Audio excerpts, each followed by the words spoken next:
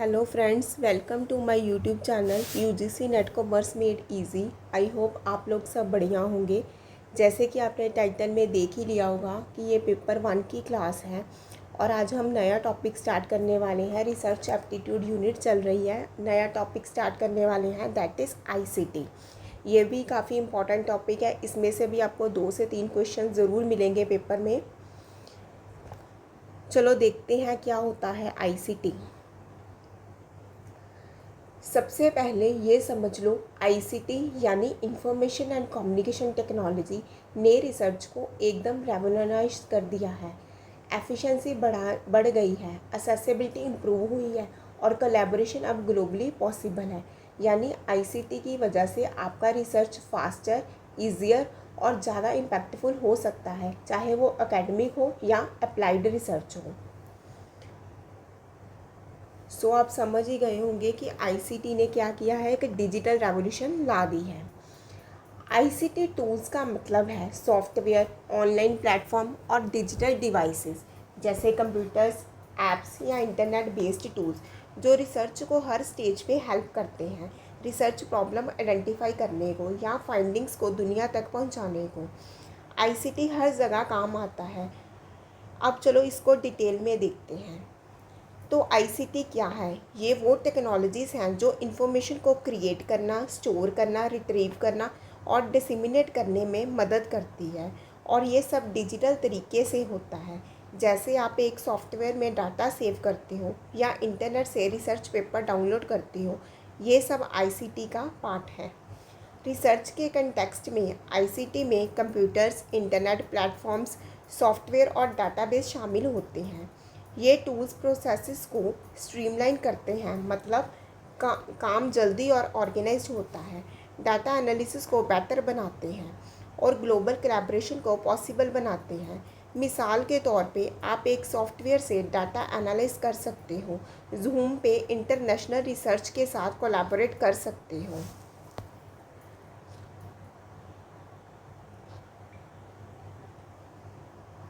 अब देखते हैं कि आईसीटी क्यों इम्पोर्टेंट है मॉडर्न रिसर्च में। आईसीटी ने नई इनोवेशन लाई है, ग्लोबल रिसर्च हेल्प किया है, रिसोर्सेज को असेसिबल बनाया है, रिसर्च में एफिशिएंसी इंक्रीज़ की है और रिसर्च एक्यूरेट और रिलायबल बनाया है।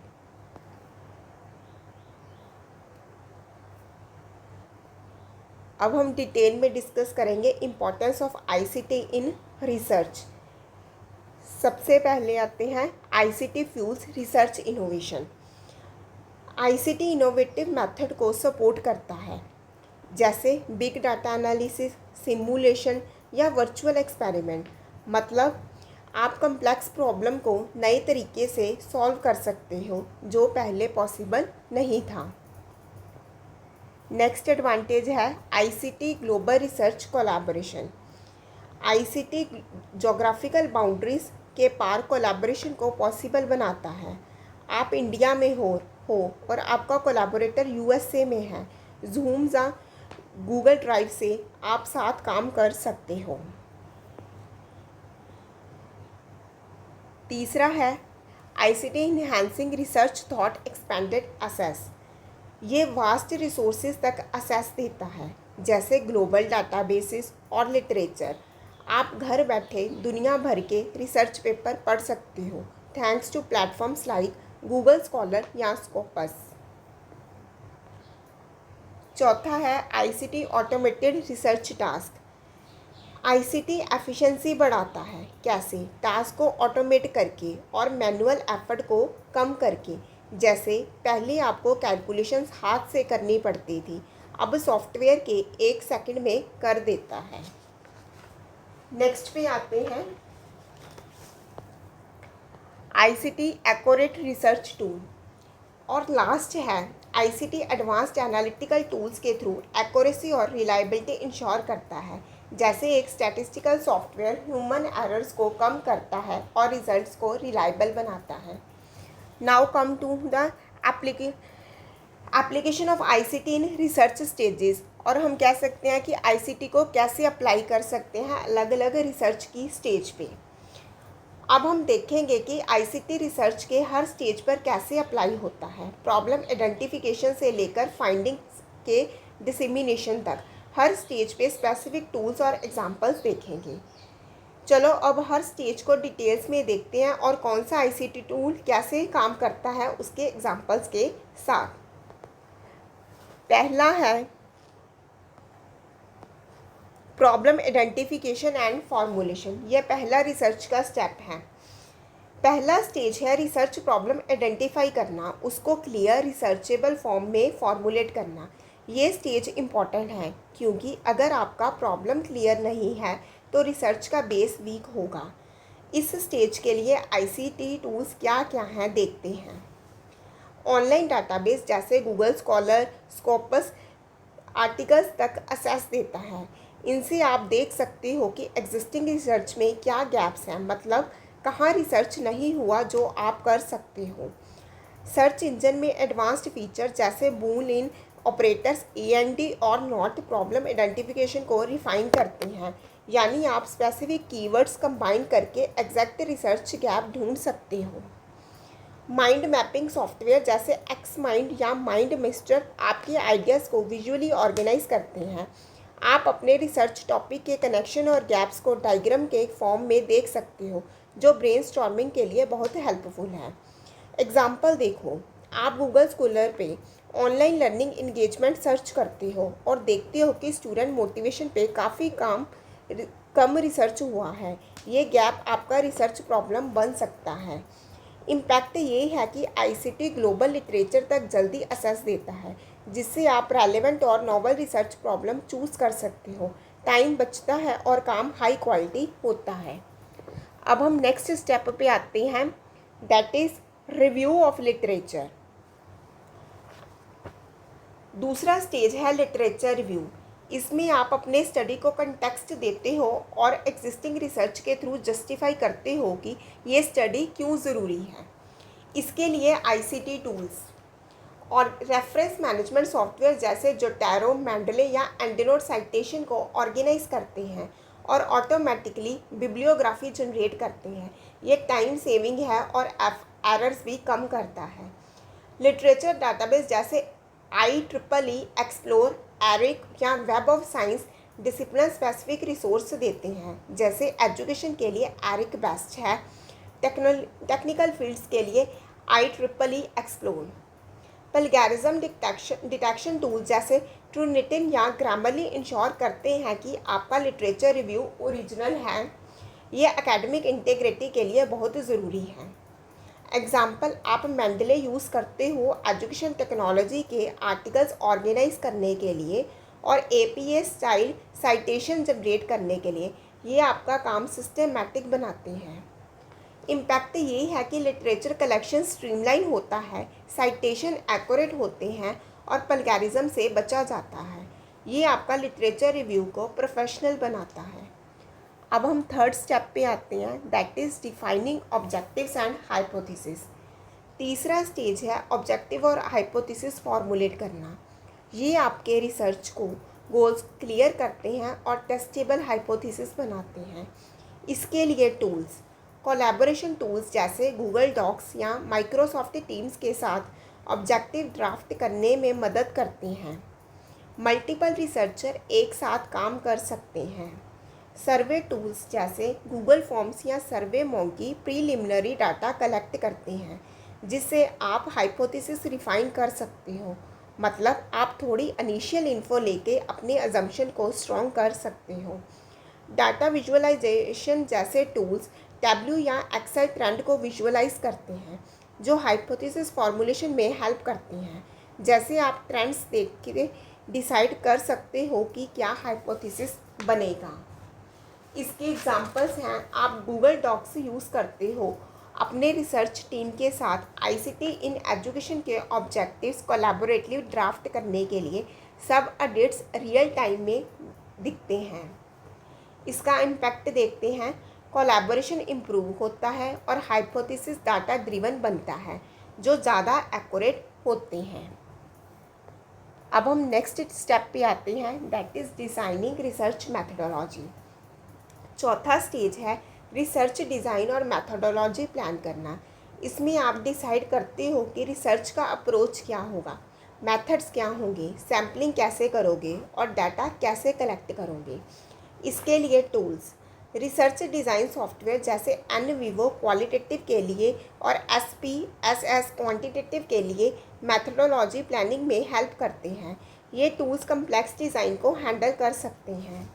सिमुलेशन टूल्स जैसे मतलब या सिमुलिंक टेक्निकल फील्ड में एक्सपेरिमेंटल डिज़ाइन के लिए यूज़ होते हैं। जैसे आप वर्चुअल एक्सपेरिमेंट सिमुलेट कर सकते हो। सैम्पलिंग के लिए randomizer.org या एक्सेल यूज़ होता है।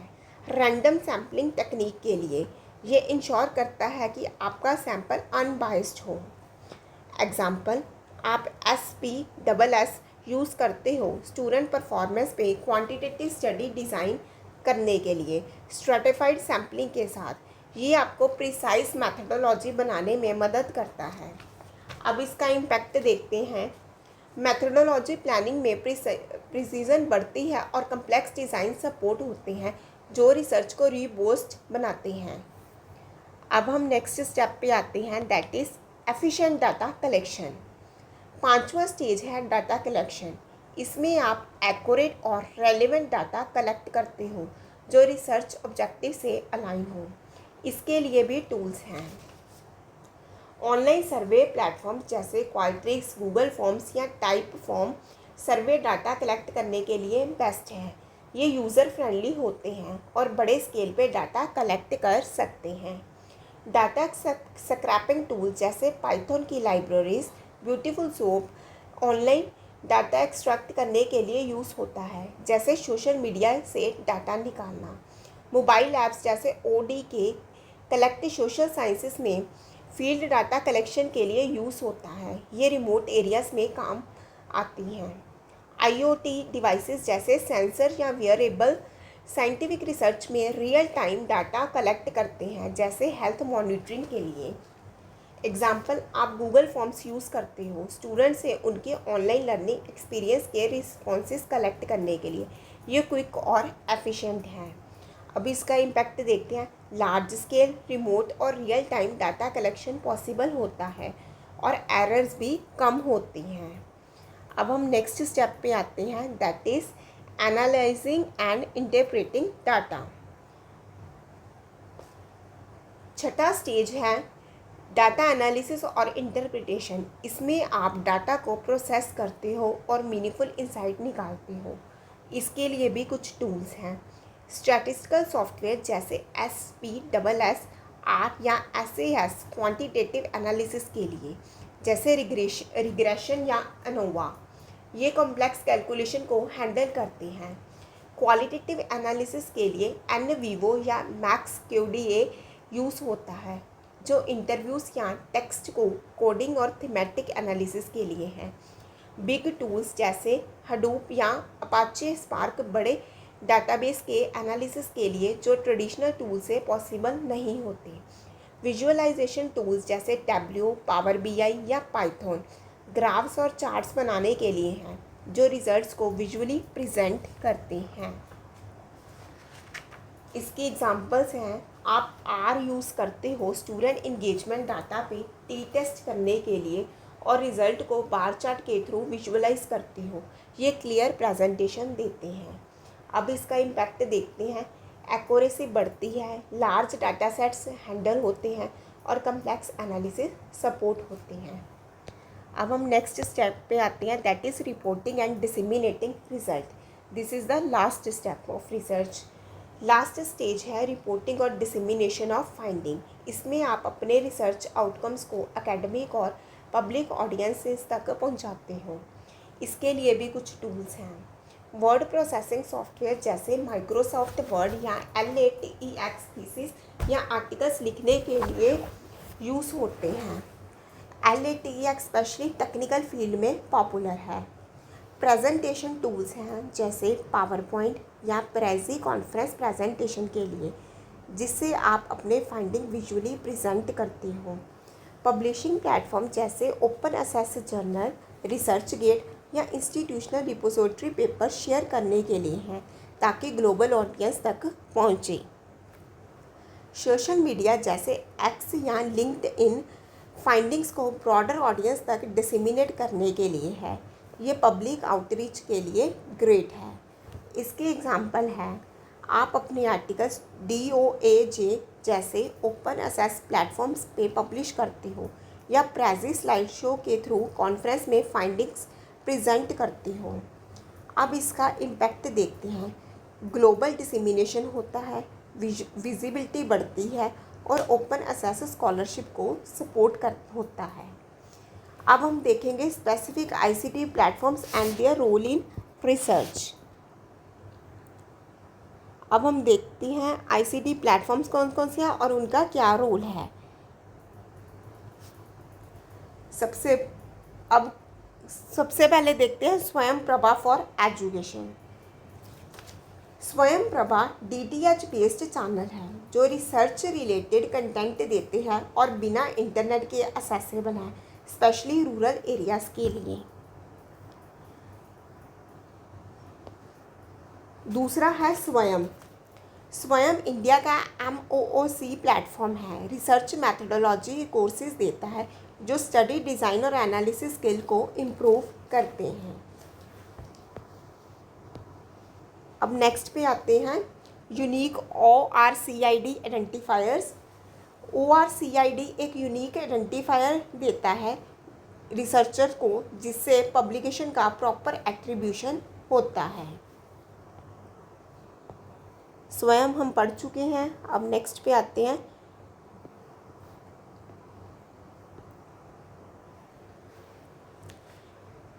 MOOC जैसे कोर्सेरा या edX एडवांस्ड रिसर्च टूल्स हैं, जैसे पाइथन R के कोर्सेज देते हैं जो स्किल्स को डेवलप करते हैं। Google scholar matrix citation counts और H इंडेक्स ट्रैक करते हैं जो रिसर्च को इम्पैक्ट को असेस करने में मदद करते हैं।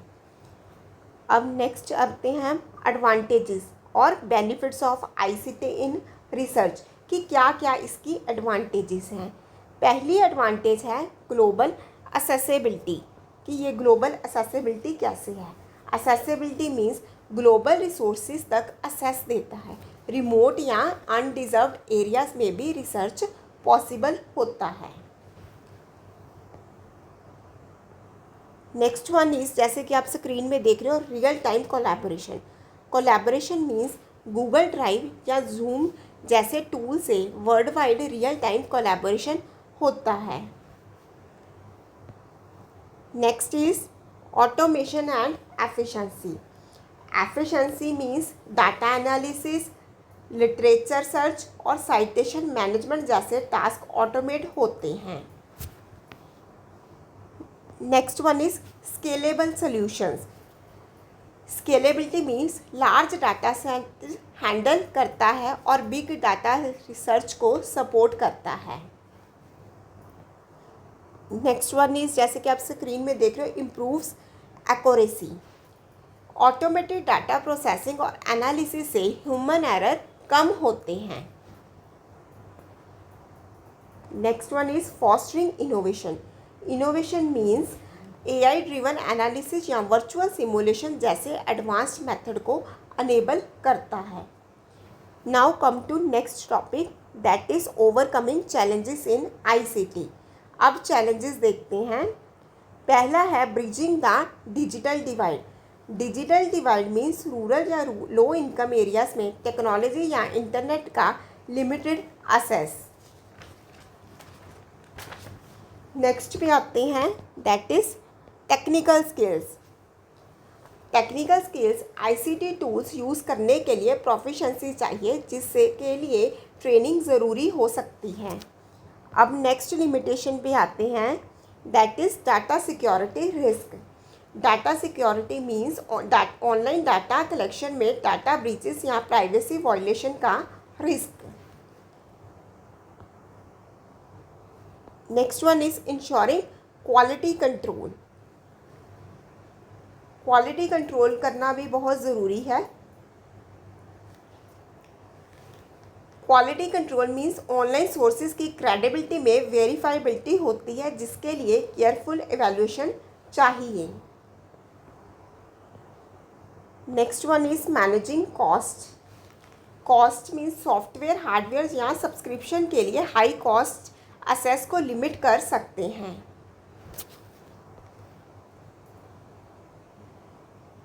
Next one is balancing digital tools में आते हैं आपके ओवर रिलायंस, टेक्नोलॉजी पर ज़्यादा डिपेंड करना क्रिटिकल थिंकिंग या मैनुअल मेथड को वीक कर सकता है। अब हम नेक्स्ट टॉपिक डिस्कस करते हैं, that is ICT in action real world examples. अब कुछ रियल वर्ल्ड के एग्जांपल स्टडी करते हैं। पहला है एजुकेशनल रिसर्च। एजुकेशनल क्वालिट्रिक से स्टूडेंट सेटिस्फैक्ट्री सर्वे और एनवीवो से टीचिंग मेथड पे क्वालिटेटिव फीडबैक एनालिसिस करना। नेक्स्ट पे आते हैं, that is advanced scientific research. Scientific मतलब से फिजिक्स एक्सपेरिमेंट के सिमुलेशन और पाइथन से इन्वायरमेंटल स्टडी के लिए डाटा स्क्रैपिंग। अब हम नेक्स्ट देखते हैं example, progress in social sciences.